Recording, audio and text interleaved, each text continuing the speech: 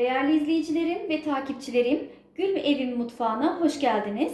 Halk arasında beş bıyık, tönge, dönge olarak da bilinen muşmula faydaları saymakla bitmez.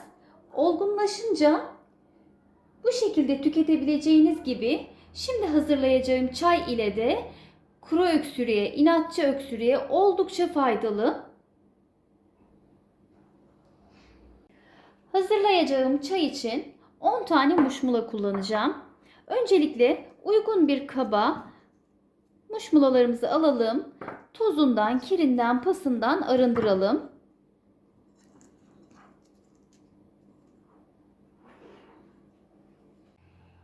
Besin lifi, vitaminler ve mineraller açısından son derece zengin bir meyvedir. Hiçbir kimyasala maruz kalmadan doğal yetişen bir meyve. Şu anda da tam mevsimi, pazarlarda sıklıkla rastlamak mümkün.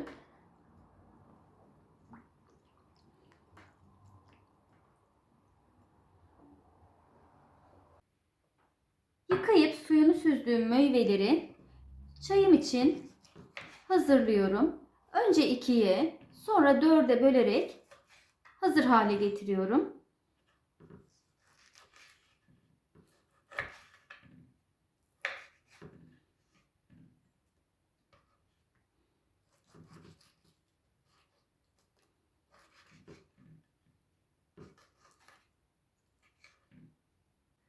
Hazırlamış olduğum 5 bıyık bitkisinin faydalarını açıklama kısmına ekliyor olacağım. Oradan da faydalanabilirsiniz.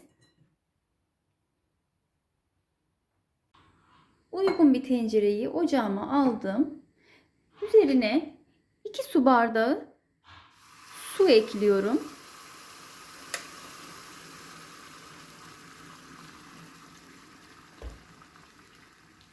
Su kaynarken doğramış olduğum muşmulaları ekleyelim.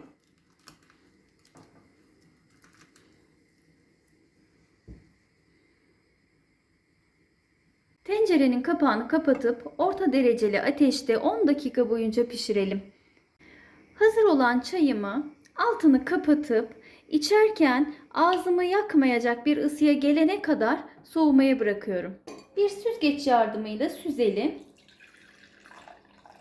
Öksürüklü dönemlerde, kuru öksürük nöbetlerinde özellikle bu çayı hazırlayın. Ilık ılık için nasıl rahatladığınızı göreceksiniz.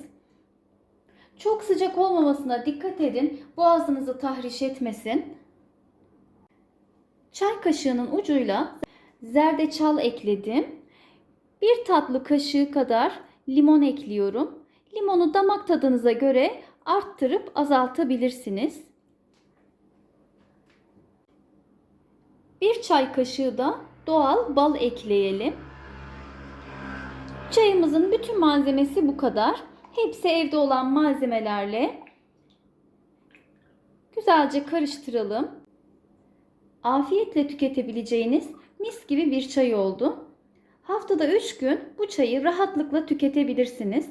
Çayın içerisindeki herhangi bir malzemeye alerjiniz varsa mutlaka doktorunuza danışmalısınız. Şeker oranı düşük bir meyve olduğu için şeker hastaları da rahatlıkla tüketebilir. Deneyen herkese şifa olsun, afiyet olsun. Kendinize çok iyi bakın. Allah'a emanet olun. Hoşça kalın.